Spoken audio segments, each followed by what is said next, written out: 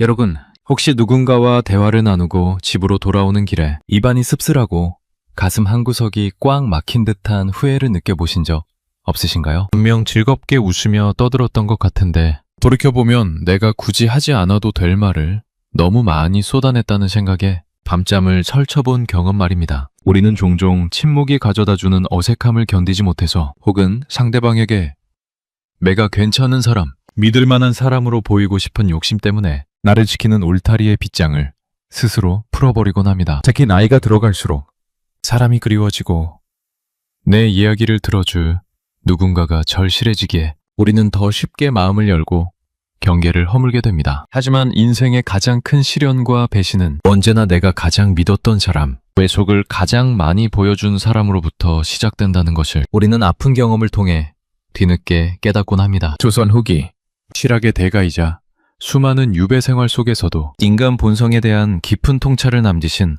다산 정약용 선생님께서는 아들에게 보낸 편지와 여러 저수를 통해 사람을 대할 때 반드시 지켜야 할 말의 원칙을 거듭 강조하셨습니다. 정약용 선생님은 18년이라는 긴 유배 생활 동안 권력의 무상함과 사람 마음의 간사함을 뼈저리게 겪으셨습니다. 잘 나갈 때는 구름처럼 몰려들던 사람들이 귀양을 가자마자 썰물처럼 빠져나가고 심지어 어제까지 친구였던 자가 오늘의 적이 되어 비수를 꽂는 현실을 목격하셨죠. 그 고독과 성찰의 시간 속에서 다산은 깨달았습니다. 나를 지키는 것은 칼이나 방패가 아니라 바로 입을 무겁게 하는 것에 있다는 사실을 말입니다. 오늘 우리는 다산 정약용 선생님의 지혜를 빌려 여러분이 앞으로 만나는 그 누구에게도 심지어 친한 친구나 가족이라 할지라도 절대 쉽게 밥해서는 안 되는 4가지 질문에 대해 깊이 있게 이야기 나누어 보려 합니다. 이 4가지 질문은 겉보기에는 평범한 안부 인사나 친밀함을 가장한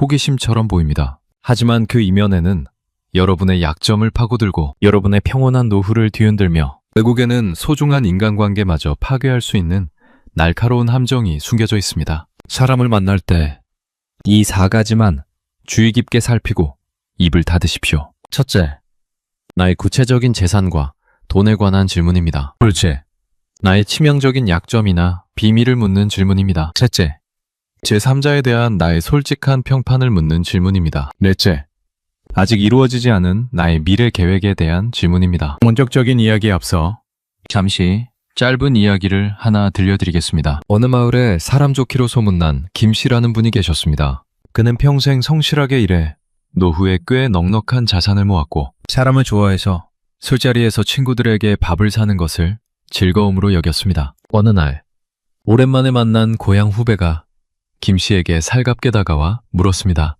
형님, 요즘 땅값이 많이 올랐다는데 형님네 그 과수원은 얼마나 합니까? 노후 준비는 다 끝나신 거죠? 김 씨는 자신의 성취를 인정받는 것 같아 기분이 좋아졌고 술김에 자신의 예금 통장 액수와 땅의 가치를 구체적으로 이야기해버렸습니다. 후배는 눈을 반짝이며 경청했고 김 씨는 뿌듯한 마음으로 집에 돌아왔습니다. 하지만 그날의 그 대답이 김 씨의 평온했던 노후를 지옥으로 만드는 불씨가 될 줄은 꿈에도 몰랐습니다. 과연 김 씨에게 어떤 일이 벌어졌을까요? 그리고 다산 정약용 선생님이라면 이 상황에서 어떻게 배처하셨을까요? 지금부터 그 지혜의 숲으로 함께 걸어 들어가 보겠습니다. 첫째, 지금 가진 돈이 얼마나 되십니까? 라는 재산에 관한 질문에는 절대 구체적으로 답하지 마십시오. 이 질문은 아주 교묘한 가면을 쓰고 우리에게 다가옵니다. 대놓고 너 돈 얼마 있어? 라고 묻는 경우는 드뭅니다. 대신 요즘 연금은 얼마나 나오시나요? 이번에 이사한 아파트는 시세가 얼마나 하나요? 자녀분들이 용돈은 넉넉히 주시나요? 같은 일상적인 안부를 가장한 질문으로 우리의 경계심을 허물어뜨립니다. 우리는 때로 나의 경제적 안정을 타인에게 확인받고 싶은 욕구 때문에 혹은 상대방이 나를 무시하지 않기를 바라는 마음에 무심코 아유, 먹고 살 만큼은 있어요 라거나 이번에 땅 좀 정리해서 얼마쯤 주고 있지? 라고 흘리듯 말해버립니다. 하지만 이 순간 여러분의 그 말은 상대방의 마음에 시기심이라는 독버섯을 심거나 탐욕이라는 불씨를 당기는 결과를 초래합니다. 다산 정약용 선생님께서는 유배지에서 아들에게 보낸 편지에서 이렇게 말씀하셨습니다. 재물이라는 것은 인간의 욕망을 자극하는 가장 위험한 미끼다. 나의 곤궁함을 남에게 알리는 것도 어리석지만 나의 부유함을 남에게 자랑하는 것은 스스로 화를 불러들이는 짓이다. 남이 나를 부러워하게 하지 말고 남이 나를 비웃게 하지고 말라. 오직 검소함과 침묵만이 너의 재산을 지키는 가장 튼튼한 자물쇠니라. 현실적인 사례를 들어볼까요? 은퇴 후 평범하게 살아가던 박 선생님은 동호회 모임에서 우연히 자신의 노후 자금 규모를 이야기하게 되었습니다. 그 자리에 있던 회원들은 모두 성공한 인생이다, 부럽다며 박 선생님을 치켜세웠습니다. 그 칭찬에 취해 박 선생님은 기분이 좋았지만 그로부터 불과 한 달 뒤 평소 친하게 지내던 지인으로부터 전화가 걸려왔습니다. 박 형님, 내가 정말 급해서 그러는데 딱 일주일만 융통해 줄 수 없을까? 형님은 여유가 좀 있으시잖아. 박 선생님은 거절하고 싶었지만 이미 자신의 재정 상태를 이야기해버렸기에 돈이 없다는 핑계를 댈 수가 없었습니다. 결국 마지못해 돈을 빌려주었고 그 돈은 약속한 일주일이 지나고 한 달이 지나도 돌아오지 않았습니다. 돈을 달라고 독촉하자니 치사한 사람이 되는 것 같고 가만히 있자니 속이 타들어갔습니다. 결국 박 선생님은 돈도 잃고 오랜 지인도 잃고 사람에 대한 불신만 남은 채 쓸쓸한 노후를 보내게 되었습니다. 이것이 바로 돈에 대한 질문에 답했을 때 벌어지는 비극의 본질입니다. 인간의 마음은 참으로 간사하여 나보다 못한 사람을 보면 동정하면서도 우월감을 느끼고 나보다 잘난 사람을 보면 칭송하면서도 속으로는 질투를 느낍니다. 여러분이 돈이 많다고 말하는 순간 상대방은 무의식적으로 자신의 처지와 여러분을 비교하게 됩니다. 나는 평생 뼈 빠지게 일해도 이 모양인데 저 사람은 무슨 복을 타고 나서 저렇게 떵떵거리는가 하는 박탈감은 곧 미묘한 적개심으로 변합니다. 그래서 평소에는 좋은 사람이었던 친구가 갑자기 비싼 밥을 얻어먹으려 하거나 무리한 부탁을 해오거나 심지어 뒤에서 돈 좀 있다고 유세 떤다며 험담을 하게 되는 것입니다. 반대로 여러분이 돈이 없다고 솔직하게 말하면 어떨까요? 그때는 무시와 냉대가 돌아옵니다. 세상 인심이라는 것이 곳간에서 난다고 하지만 곳간이 비어 보이면 발길마저 끊기는 것이 냉혹한 현실입니다. 그렇다면 누군가 재산에 대해 물어올 때 우리는 어떻게 대처해야 할까요? 다산의 지혜를 빌려 조언해드립니다. 그저 옅은 미소를 지으며 모호하게 넘기십시오. 그저 남에게 손 벌리지 않고 입에 풀칠할 정도는 됩니다. 라거나 나이가 드니 돈보다 건강이 제일 큰 재산이더군요. 라며 화제를 자연스럽게 건강이나 다른 주제로 돌리십시오. 구체적인 숫자를 입 밖으로 내지 않는 것, 그것이 여러분의 통장과 인간관계를 동시에 지키는 길입니다. 돈은 조용히 있을 때 가장 큰 힘을 발휘합니다. 여러분의 경제력은 여러분의 노후를 지탱하는 뿌리입니다. 뿌리가 땅 위로 드러나면 나무는 말라 죽습니다. 뿌리는 보이지 않는 흙 속에서 묵묵히 나무를 지탱할 때 가장 안전하고 건강한 법입니다. 여러분의 부를 침묵 속에 묻어두십시오. 둘째, 자네의 가장 큰 약점이나 남에게 말 못할 비밀이 뭔가? 라는 질문에 절대 답하지 마십시오. 술자리에서 분위기가 무르익거나 깊은 밤 진지한 대화를 나누다 보면 상대방이 먼저 자신의 비밀을 털어놓으며 다가올 때가 있습니다. 내가 사실은 자식 문제 때문에 골치가 아파. 내가 젊었을 때 이런 실수를 했었어. 그러고는 은근슬쩍 여러분에게도 묻습니다. 자네는 어때? 털어놓고 싶은 고민 없어? 우리 사이에 비밀이 어디 있나? 이 순간 우리는 상호성의 원칙이라는 심리적 압박을 받습니다. 상대방이 자신의 치부를 드러냈으니 나도 내 치부를 드러내야만 공평하고 진정한 친구가 될 것 같은 착각에 빠지는 것입니다. 그래서 며느리와의 불화, 과거의 부끄러운 실패, 남에게 알리고 싶지 않은 신체적 질병 같은 것들을 주섬주섬 꺼내놓습니다. 말하는 순간에는 속이 시원하고 상대방과 영혼의 단짝이 된 것 같은 기분이 되지도 모릅니다. 하지만 기억하십시오. 한번 뱉은 말은 다시 주워 담을 수 없으며 그 비밀은 이제 여러분의 손을 떠나 상대방의 처분에 맡겨진 인질이 됩니다. 다산 정약용 선생님은 말씀하셨습니다. 사람을 믿지 말라는 것이 아니다. 변해가는 사람의 마음을 경계하라는 것이다. 오늘의 친구가 내일의 적이 될 수 있고 가장 가까운 사람이 가장 무서운 증인이 될 수 있다. 나의 흉허물을 남에게 보이지 말라. 그것이 훗날 나를 찌르는 창이 되어 돌아오리라. 정약용 선생님은 실제로 자신의 정치적 입장을 솔직하게 밝혔다가 반대파의 모함을 받아 가문이 멸문지화, 멸문지퀄을 당하는 고초를 겪으셨습니다. 그는 뼈저린 경험을 통해 아무리 옳은 말이라도 아무리 가까운 사이라도 자신의 속내를 바닥까지 드러내는 것이 얼마나 위험한지 깨달으셨습니다. 그래서 신독풍, 즉 홀로 있을 때도 삼가고 조심하라는 가르침과 함께 거기주치, 즉 자신의 기운과 마음을 함부로 드러내지 말고 머무르게 하라는 지혜를 강조하셨습니다. 현대 사회에서의 사례를 볼까요? 직장 동료나 동네 이웃에게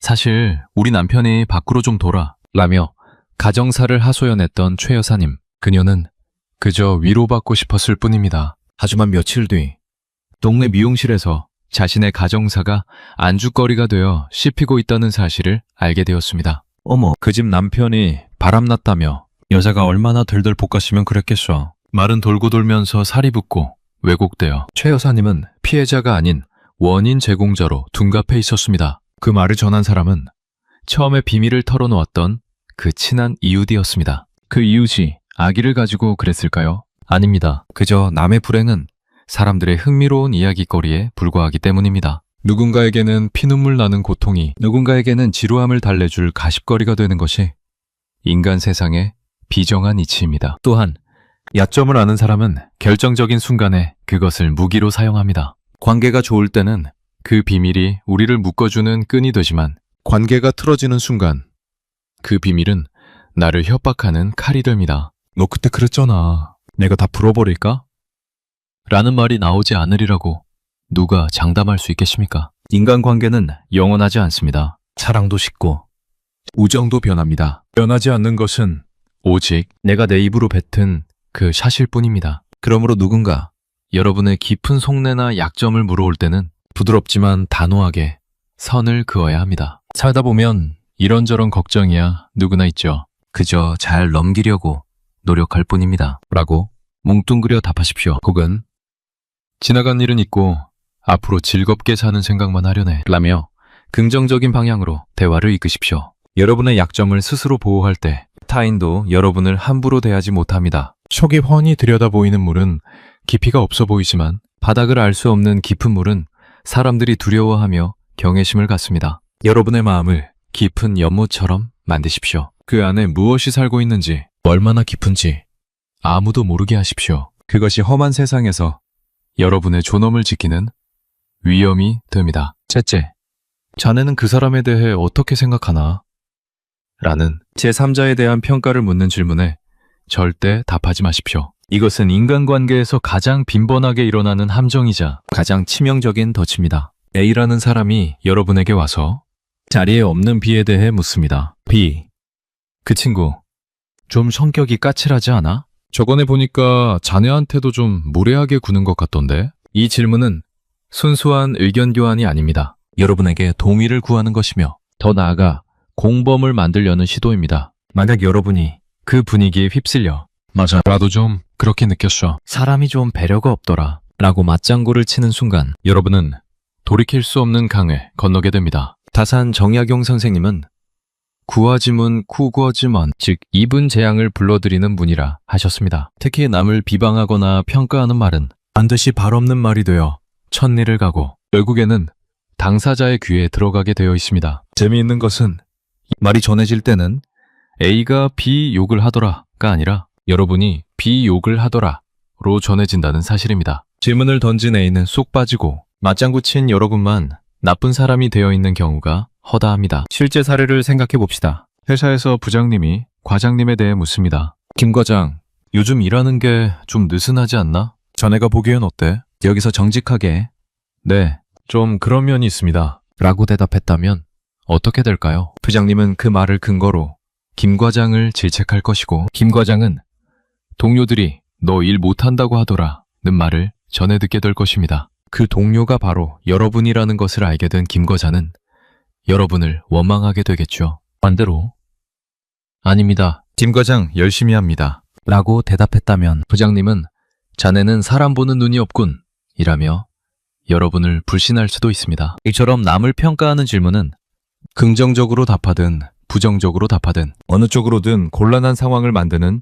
양날의 검입니다. 다사는 유배지에서 사람들의 험담과 모함에 시달리며 이렇게 깨달았습니다. 남을 칭찬하는 말도 신중해야 하거늘 하물며 남을 깎아내리는 말은 오죽하겠는가. 남의 허물을 말하는 것은 내 입을 더럽히는 것이요. 남의 잘됨을 시기하는 것은 내 마음을 갉아먹는 것이다. 타인에 대한 평가는 오직 하늘에 맡기고 너는 너 자신의 허물을 살피는데 집중하라. 우리는 왜 남의 이야기를 할 때 즐거움을 느낄까요? 심리학적으로 보면 남을 깎아내림으로써 상대적으로 내 위치가 올라간다는 착각, 그리고 험담을 공유함으로써 우리끼리는 한편이라는 유대감을 확인하고 싶은 욕구 때문입니다. 하지만 험담으로 맺어진 유대는 모래성처럼 약합니다. 오늘 여러분과 함께 남을 욕한 그 사람은 내일 다른 사람과 함께 여러분을 욕할 사람입니다. 남의 말을 옮기기 좋아하는 사람은 반드시 내 말도 옮기기 마련입니다. 그러니 누군가 제3자에 대한 평가를 물어올 때는 판단 중지의 태도를 취하십시오. 글쎄요,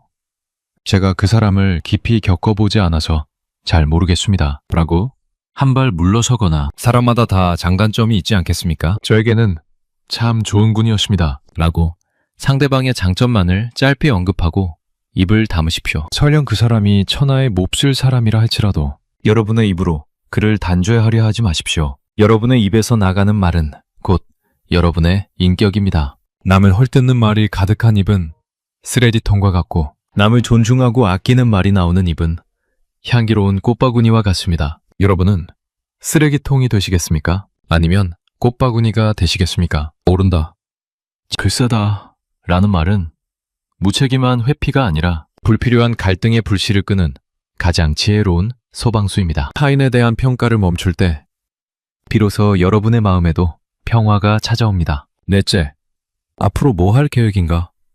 라는 미래의 목표에 대한 질문에 절대 구체적으로 답하지 마십시오. 많은 분이 의아해하실 수 있습니다. 내 꿈과 목표를 말하고 응원받는 게 왜 나쁜가요? 응원 효과라고 해서 남들에게 알려야 더 책임감을 갖고 실천하게 되지 않나요? 물론 심리학 교과서에는 그렇게 쓰여 있을 수도 있습니다. 하지만 인생의 실전, 특히 복잡한 인간관계의 현실에서는 정반대의 일이 더 자주 일어납니다. 다산 정약용 선생님은 실사구시, 실실조시, 즉 사실에 입각하여 진리를 구하고 실천을 중시하는 삶을 사셨습니다. 그는 말이 앞서는 것을 극도로 경계했습니다. 말이 행동보다 앞서는 자는 믿을 수 없다. 계획을 떠벌리는 자는 그 계획을 이룰 에너지를 입으로 다 쏟아내는 것이다. 천둥 소리가 요란하면 비가 내리지 않는 법이다. 진정으로 이루고자 하는 일이 있다면 결과가 나올 때까지 침묵하고 오직 행동으로 증명하라. 여러분이 나 이번에 주식 투자를 좀 해보려고 해.